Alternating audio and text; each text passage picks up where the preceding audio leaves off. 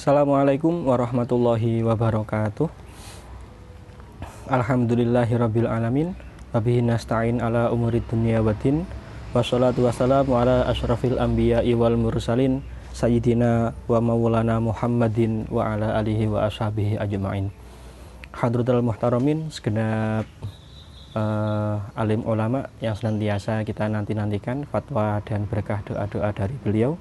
Yang kami hormati pada Bapak Kepala Madrasah Sanawiyah Negeri 1 Kota Kediri, segenap staf dan Dewan Guru MTSN 1 Kota Kediri, anak-anak semuanya yang kami banggakan. Alhamdulillah, dalam kesempatan kali ini kita bisa melanjutkan kembali kajian kitab Safinatun Najah yang membahas seputar ubudiyah atau peribadatan sehari-hari. Oleh karenanya, marilah kita mulai kajian kita yang ketiga ini dengan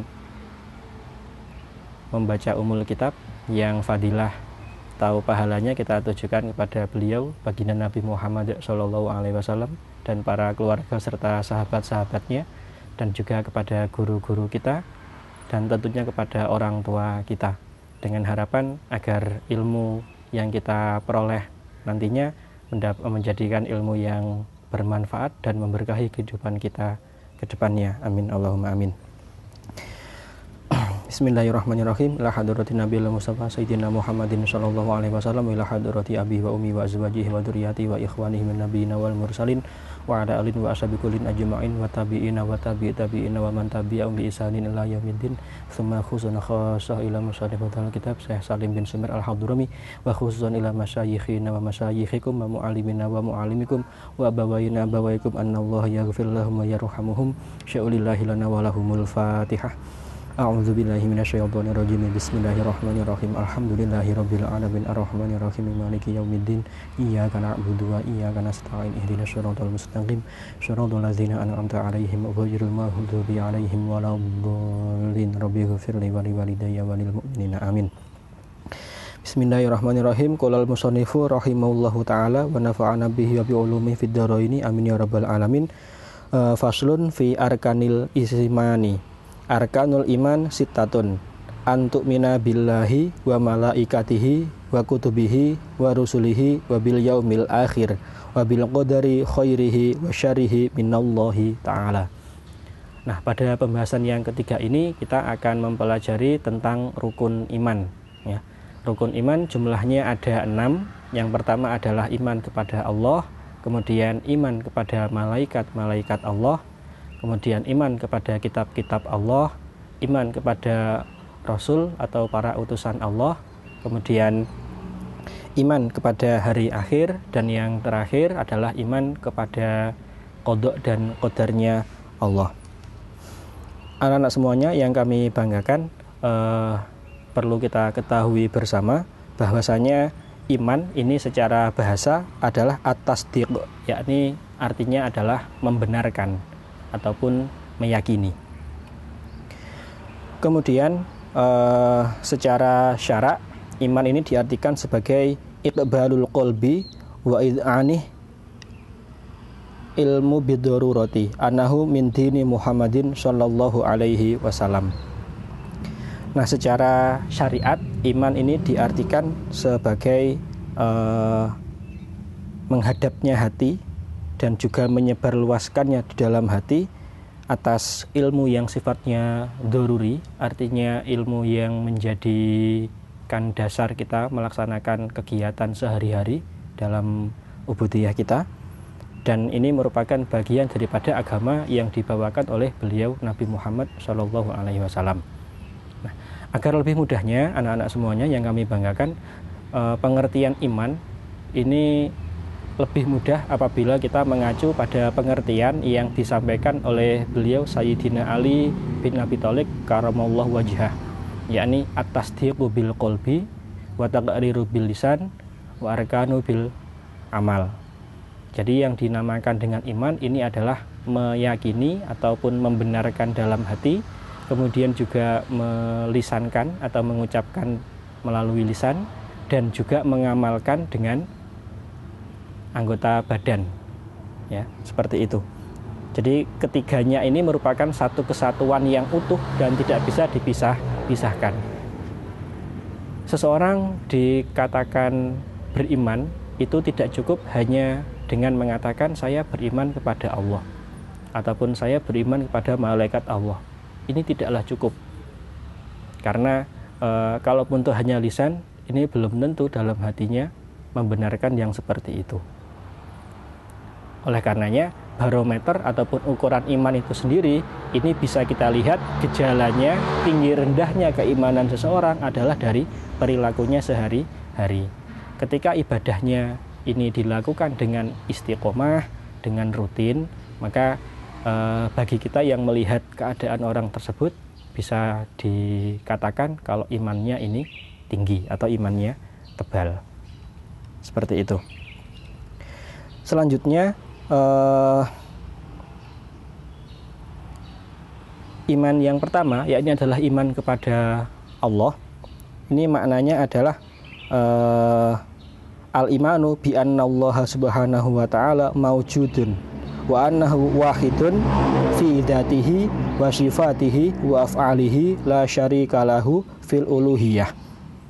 Jadi yang dimaksud dengan iman kepada Allah ini adalah kita membenarkan dan meyakini dalam hati kita masing-masing bahwasanya tidak ada zat, tidak ada kekuatan yang hak atau yang mutlak untuk disembah selain daripada Allah itu sendiri. Dan kita harus meyakini bahwa Allah Subhanahu wa ta'ala ini adalah zat yang Maha Esa, artinya satu ataupun tunggal. Baik dalam zatiyahnya Allah, baik dalam sifat-sifatnya Allah, maupun dalam af'alnya Allah, di mana Allah ini tidak ada yang menyekutuinya ataupun tidak ada yang menyamainya. Kemudian terkait dengan iman kepada Allah ini juga perlu kita yakini bahwasanya Allah ini adalah zat yang maha sempurna dan dikecualikan atau disepikan dari hal-hal yang bisa mengurangi akan kesempurnaan Allah itu sendiri. Dan perlu kita ketahui anak-anak semuanya yang kami banggakan bahwasanya wajib bagi orang mukallaf, ya. Artinya orang mukallaf itu seperti yang telah kami sampaikan pada kajian sebelumnya, yakni orang yang sudah berakal, orang yang sudah mencapai pada usia yang telah ditentukan. Nah, ini wajib hukumnya untuk mengetahui akan akidah-akidah terkait dengan iman dalam haknya Allah, yakni sifat wajibnya Allah yang jumlahnya ada 20. Dan juga wajib pula mengetahui akan sifat-sifat mustahilnya Allah yang jumlahnya pun juga ada 20. Serta wajib mengetahui akan sifat jaiznya Allah yang jumlahnya hanya ada 1.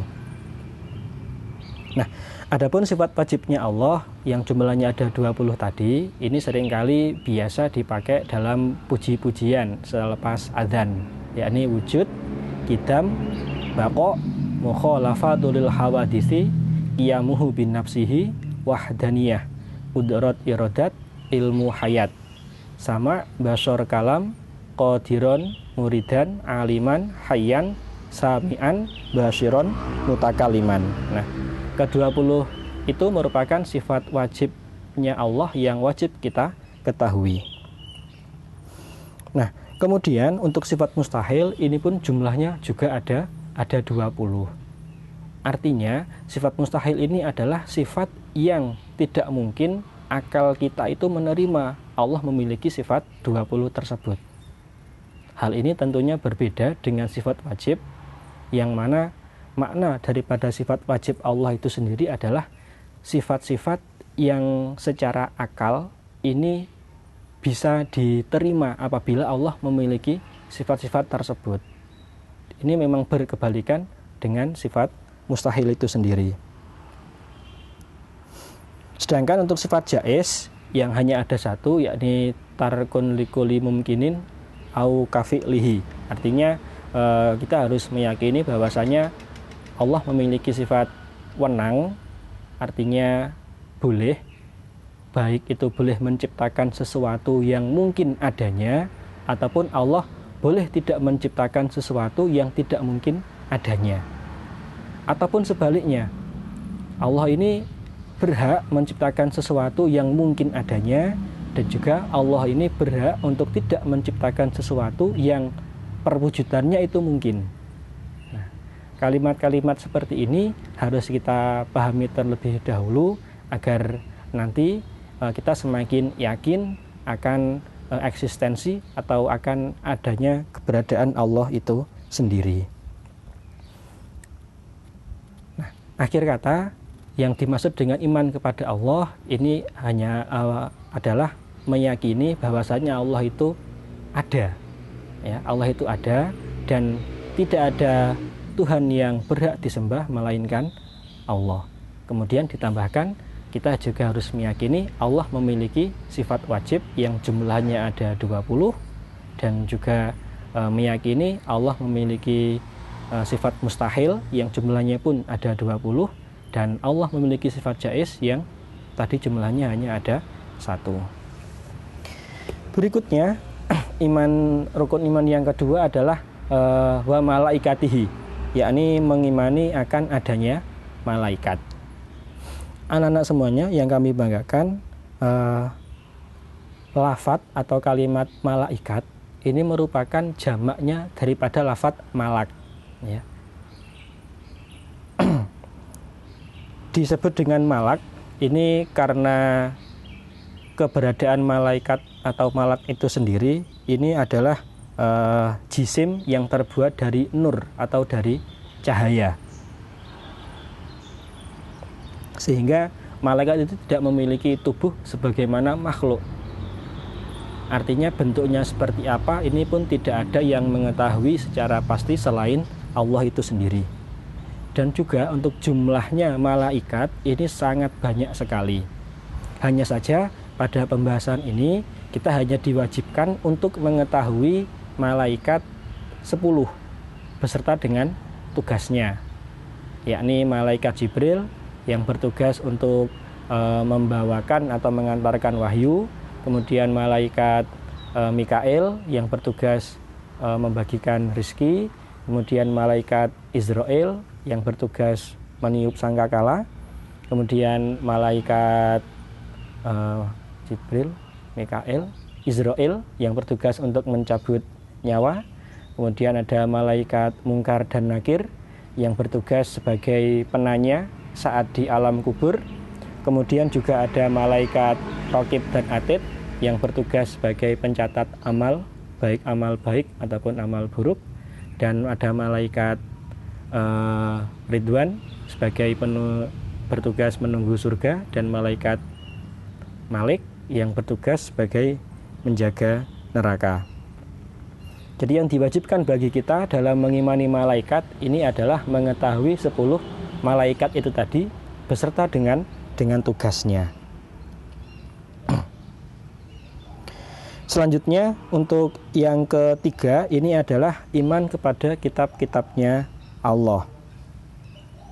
Artinya kita harus meyakini bahwasanya Allah ini tidak hanya menurunkan Al-Quran sebagai pedoman umat manusia dari zamannya Nabi Muhammad diutus sampai dengan nanti hari kiamat.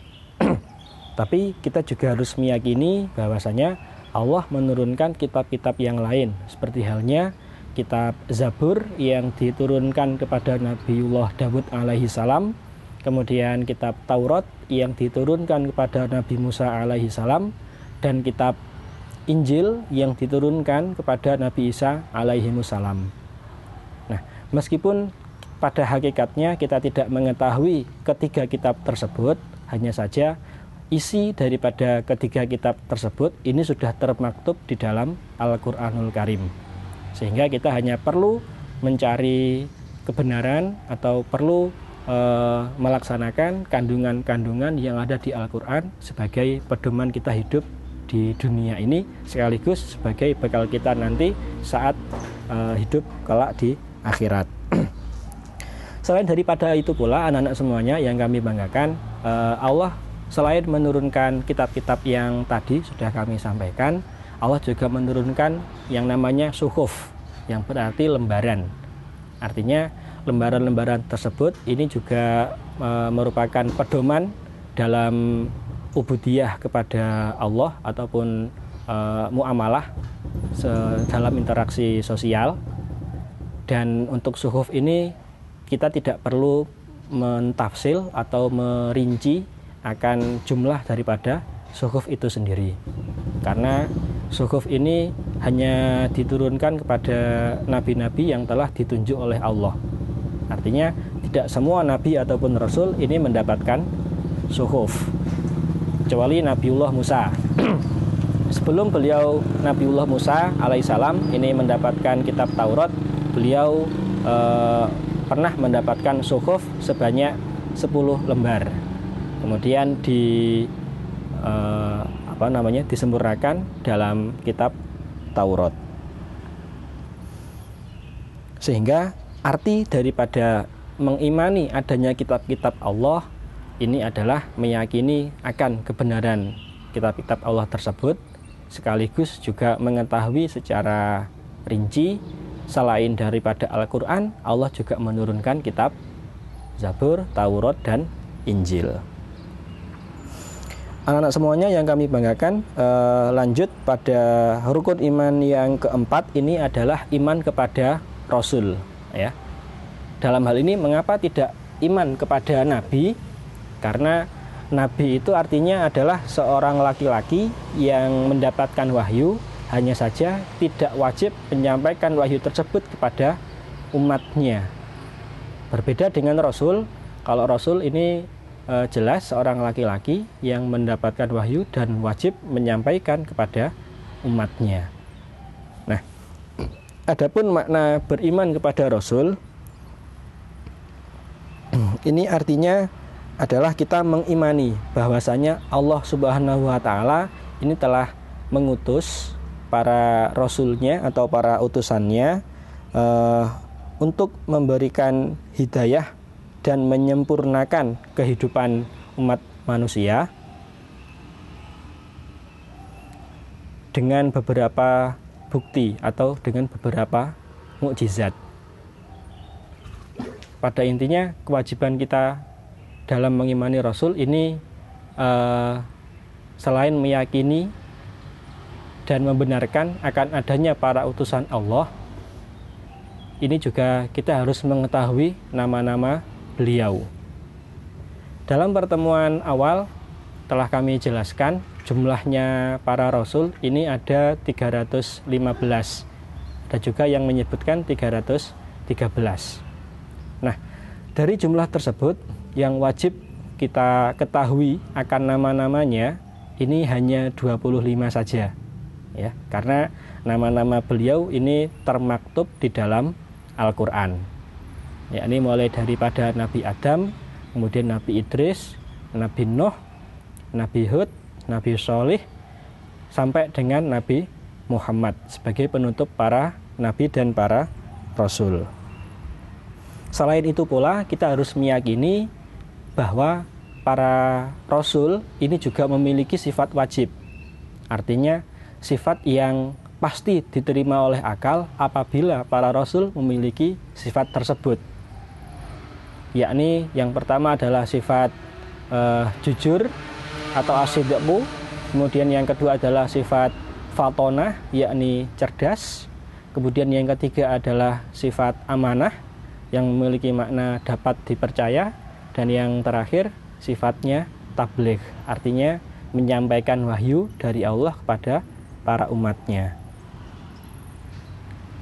Sehingga dengan kata lain, iman kepada Rasul ini adalah meyakini akan adanya Rasul yang telah disebutkan dalam Al-Quran yang jumlahnya ada 25, dan juga meyakini akan sifat-sifatnya, baik itu sifat wajibnya, sifat mustahilnya, maupun sifat jaiznya. Nah, anak-anak semuanya yang kami banggakan terkait dengan sifat wajib, sifat mustahil maupun sifat jaiz, baik bagi Allah maupun bagi para rasul, ini kalau kita jumlahkan total ada 50. Dengan perincian 20 sifat wajibnya Allah, 20 sifat mustahil Allah dan 1 sifat jaiznya Allah. Ada 41. Kemudian ditambah dengan 4 sifat wajibnya Rasul, 4 sifat mustahilnya Rasul, dan 1 sifat jaiznya Rasul. Maka kesemuanya total genap ada 50. Dan 50 sifat-sifat tersebut ini wajib hukumnya bagi kita para mukallaf untuk mengetahuinya.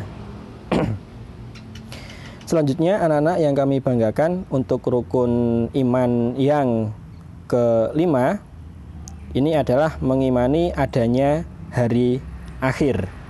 Nah, hari akhir ini pun juga disebut sebagai hari kiamat. Artinya adalah hari di mana hancurnya alam semesta beserta dengan isi-isinya,